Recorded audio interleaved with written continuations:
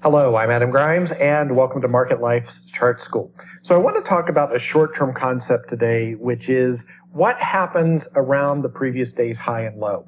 We're going to look at the S&P index here, but this applies to futures, to commodity futures. We're looking at an index future here. Applies to individual stocks. It applies to currencies. You also can expand the idea. We're looking here, we're going to look at the S&P on the day session only. So we're looking at New York time, 9:30 to roughly 4 o'clock, a little bit of after hours, but really the time period when the stock market is open. If you trade currencies, you can look at the different sessions. You can look at highs and lows for the Asian, for the European, for the New York session. And there are other ways that you can play with this, but the key idea is that the previous day's high and low is a level that everybody sees. And as such, because it's, quote, a real level, it's a level that is likely to be significant. Let's look through some data here. So this is 15-minute S&P bars, and you got to train your eye to see. Once you see it, you'll see right away that each day falls into this space.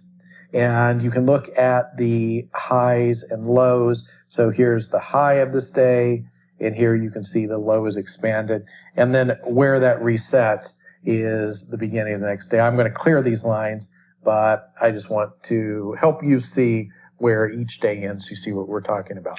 So if we start here over on the left side of the chart, remember, coming in to the next trading session, we absolutely know with certainty where the previous day's high and low is.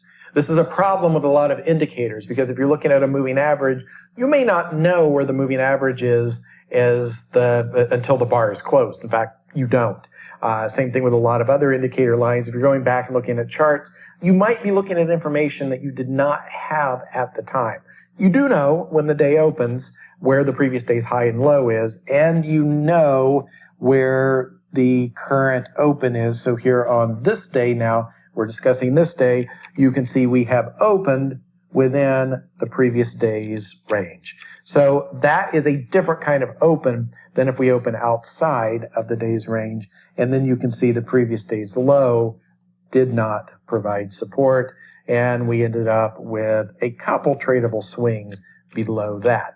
So let me just read a couple days here for you, and then we'll talk about what to do with this. So then on this open, well, we opened just under the previous day's low, but we were very quickly, within the first few minutes, unable to stay below. What does that tell you? That tells you that you can expect a trend. And I would start to think, could we get back to that previous day's high? The previous day's range was a little bit wide, so maybe not. But your thinking definitely is maybe we'll make a shot at it. At least you get a pretty good tradable trend. The next day opens right at the previous day's high, fails to hold above, trades back into the range. The next day, this is a particularly dramatic day, opens under, and you immediately have this long shadow. There's also some elements of just general price action trading here, right? And this clearly shows that we tried to sell off and had some kind of reversal by the end of the bar. And then your first target is what happens at the low of the day, low of the previous day. We zoom right through it. And then your thinking is, I wonder if we could get back to the high. And we do. The next day, so now you have this very wide range day. Next day, you're expecting consolidation. You're expecting a back and forth day, which you get. And the previous day's high, now we're looking at this day to be clear, the previous day's high does provide some support. The next day, we open above.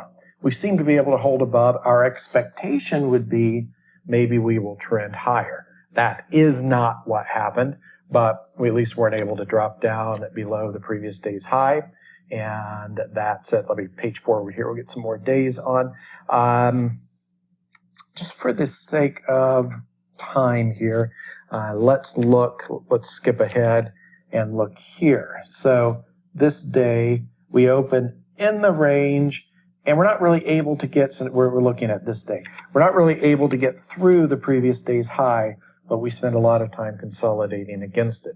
This tells us there's a lot of pressure there. And then on the following day, when we get the gap opening, that sets us up for a super clean trend day. Following day, we open above the previous day's high here. Immediate failure sets us up for a downtrending day.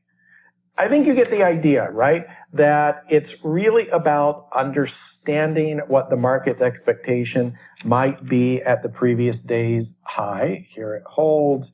Here it's expanded a little bit. Here, I'm recording this on the 26th of September 2018. We just had the FOMC, which we tried to break above the high, did not work. And now we can kind of watch this range. But it's really understanding what the market's expectations around that previous day's high are likely to be. And this gives us some clues to market dynamics. If you're a short-term trader, you can set up trades off of this information. If you're a longer-term trader, for the points in my career when I have been a complete swing trader and have not day traded at all, even then I've considered this information valuable because this is a key part of how you understand how strong is the market today? How is the market trading?